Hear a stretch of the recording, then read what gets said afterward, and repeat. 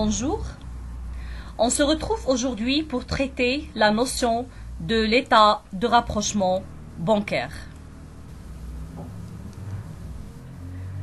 L'entreprise tient en comptabilité son compte banque ou bien chèques postaux.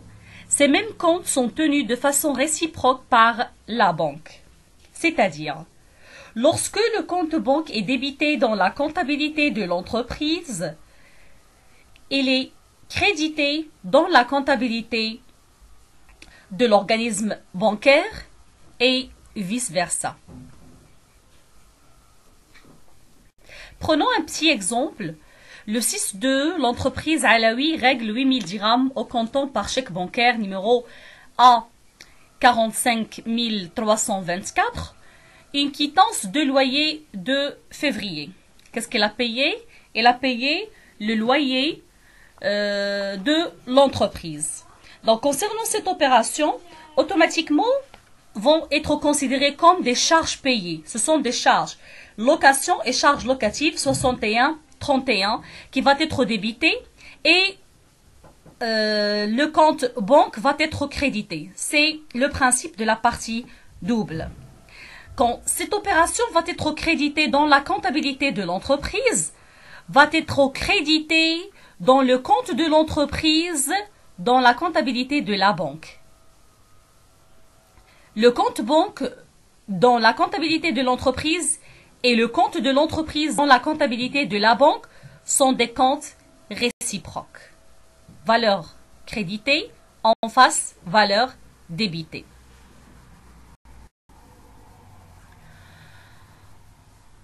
Les différences de solde constatées par les différents comptes ou bien par les deux comptes. En raison de décalage de date d'enregistrement des opérations ou bien des erreurs ou omissions effectuées par l'entreprise ou la banque, il y a possibilité de différence entre le solde du compte banque tenu par l'entreprise et le solde du compte de l'organisme bancaire ou bien le solde de chèques postaux. Ces différences, théoriquement, les opérations et les soldes qui figurent sur les deux documents doivent être identiques.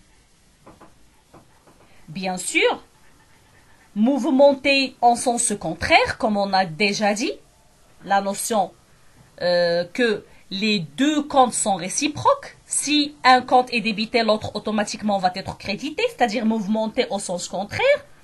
Mais en pratique, il existe des différences. Une différence qui sont dues, comme on a déjà dit, soit au décalage de la date d'enregistrement ou bien des erreurs. Prenons l'exemple précédent. On a payé par chèque bancaire le loyer. Donc, sortie, chèque bancaire, loyer, charge. Dans la comptabilité de l'entreprise, on va créditer directement le compte banque. D'accord? Alors, pour le propriétaire du loyer, possible qu'il va encaisser le chèque le même jour ou bien après quelques jours. C'est la signification de décalage entre la date d'enregistrement et la date de l'opération. Le locataire, possible qu'il ne va pas encaisser le chèque le même jour.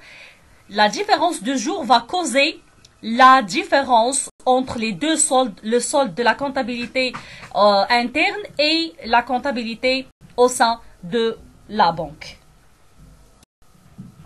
Pour cette raison, l'entreprise doit vérifier régulièrement son compte bancaire avec les relevés du compte fourni par l'organisme ou bien par les organismes financiers afin de contrôler la réciprocité et la simultanéité des enregistrements effectués dans chaque comptabilité.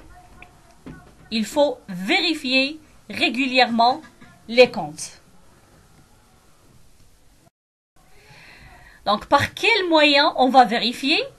Afin de respecter l'image fidèle de l'entreprise, il est obligatoire de dresser un état de rapprochement bancaire, au moins à la clôture de l'exercice. État de rapprochement bancaire, c'est une opération extra-comptable parmi les opérations de régularisation de fin de l'exercice. Donc, Parmi les opérations de régularisation, on trouve la régularisation des stocks, régularisation des comptes de produits et de charges et régularisation de comptes bancaires ou bien de la trésorerie. Ça va être fait par le moyen de l'état de rapprochement bancaire qui est un tableau où on va régulariser la situation entre le compte de l'entreprise, le compte banque au sein de l'entreprise et le compte de l'entreprise au sein de la banque. Donc, les soldes des comptes de trésorerie déterminés à l'aide des états de rapprochement figurent dans le bilan de fin d'exercice. À l'actif, dans le rubrique 51, si le solde est débiteur, si le solde est créditeur, le rubrique 55 au passif de bilan.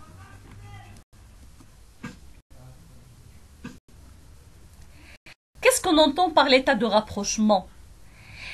L'état de rapprochement est un document, est un tableau, est un document extra-comptable qui permet d'établir la concordance des soldes de compte banque ou le compte chèque postaux dans la comptabilité de l'entreprise et compte de l'entreprise dans la comptabilité de la banque et expliquer cette différence de solde. Donc, quel est le rôle de l'état de rapprochement bancaire? D'abord, c'est connaître les soldes du compte de l'entreprise. Identifier s'il y a des erreurs commises par l'entreprise ou bien par la banque. Mettre à jour la comptabilité de l'entreprise. C'est garder l'image fidèle de l'entreprise. La notion de pointage. Donc, avant d'établir l'état de rapprochement bancaire, on a dit c'est un tableau constitué par 2 colonnes pour le compte banque au sein de l'entreprise, débit-crédit, et 2 colonnes pour soit le relevé bancaire envoyé par la banque ou bien on dit que le compte de l'entreprise chez l'organisme financier. On fait le pointage des éléments qui existent dans le compte banque et dans le relevé bancaire. Après, on va détecter les éléments manquants dans l'autre document, soit dans la comptabilité interne ou bien dans le relevé bancaire. Bref, le pointage des opérations portées à la fois sur les comptes ou bien le compte de l'entreprise et sur le relevé bancaire permet de repérer et identifier les différences qui figurent sur l'état de rapprochement. Donc l'état de rapprochement ne contient que les différences entre soit le relevé bancaire ou bien le compte banque de l'entreprise. Après pointage, on constate que certains éléments ou bien certaines sommes, certaines écritures, certaines opérations figurent sur le compte 5141 banque alors qu'elles ne sont pas encore portées sur le relevé bancaire et vice-versa. Ces différences font l'objet de l'état de rapprochement bancaire. Après pointage du compte 5141, compte banque, et du relevé bancaire au 31 décembre 2019, les différences suivantes apparaissent. Le chèque numéro 325 de 5000 dirhams à l'ordre d'un fournisseur n'a pas encore été présenté par ce dernier. C'est-à-dire, on a payé le fournisseur par chèque bancaire, on a enregistré ou bien on a crédité le compte banque au sein de l'entreprise, mais le fournisseur n'a pas encore présenté son chèque pour encaissement. Un virement d'un montant de 1000 dirhams effectué par le client CED n'a pas encore été comptabilisé dans les comptes de l'entreprise. C'est-à-dire que notre client nous a envoyé un virement pour payer ses dettes, alors que cette opération figure dans la comptabilité de la banque, mais dans la comptabilité interne, on n'a pas enregistré le virement envoyé par notre client. Le prélèvement bancaire qui qui ne figurent pas dans les comptes de l'entreprise, des commissions TTC. Les soldes du compte sont les suivants. On a le solde débiteur du compte 5141, compte banque 8310, et le solde créditeur du relevé bancaire de compte, bancaire égal à 14 200.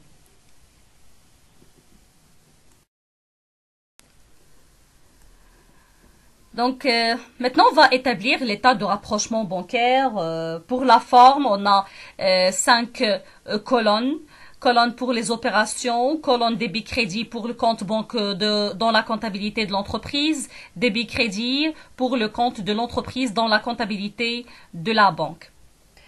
Donc, sur ce document, on va mettre toutes les écritures passées dans la comptabilité de l'entreprise qui n'ont pas enregistré par l'organisme bancaire et les opérations passées dans la comptabilité de l'organisme et qui n'ont pas été enregistrées par l'entreprise. Commençons par le solde au 31/12. On va mettre 8310, on a comme information 8310 débit, 14 200 pour le solde de la banque ou bien communiqué par la banque crédit, solde créditeur.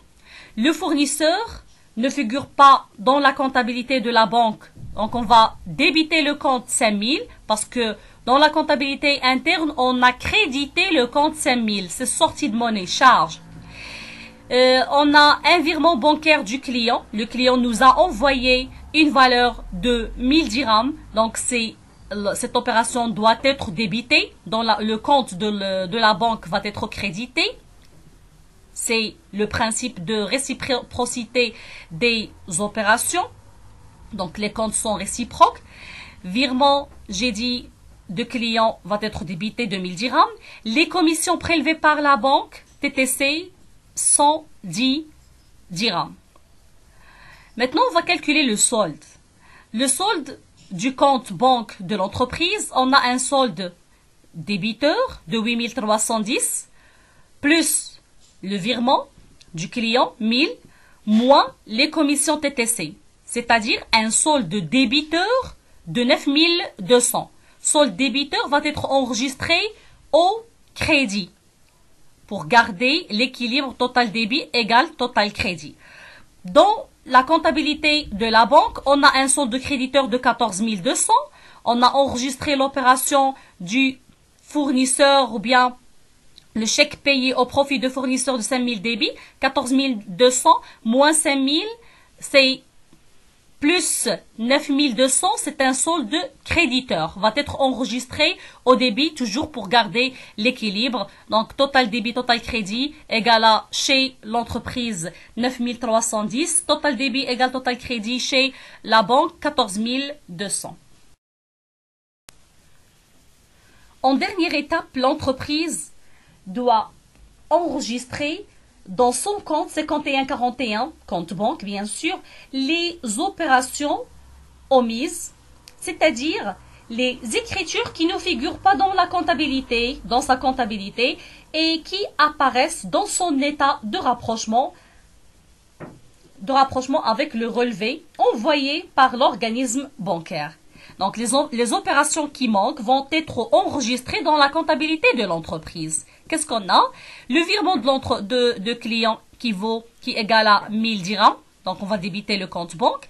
Et les commissions payées par l'entreprise. On va débiter service bancaire, état TVA récupérable, les flacs contrepartie. On va créditer le compte banque. Merci pour votre attention. Et à la prochaine.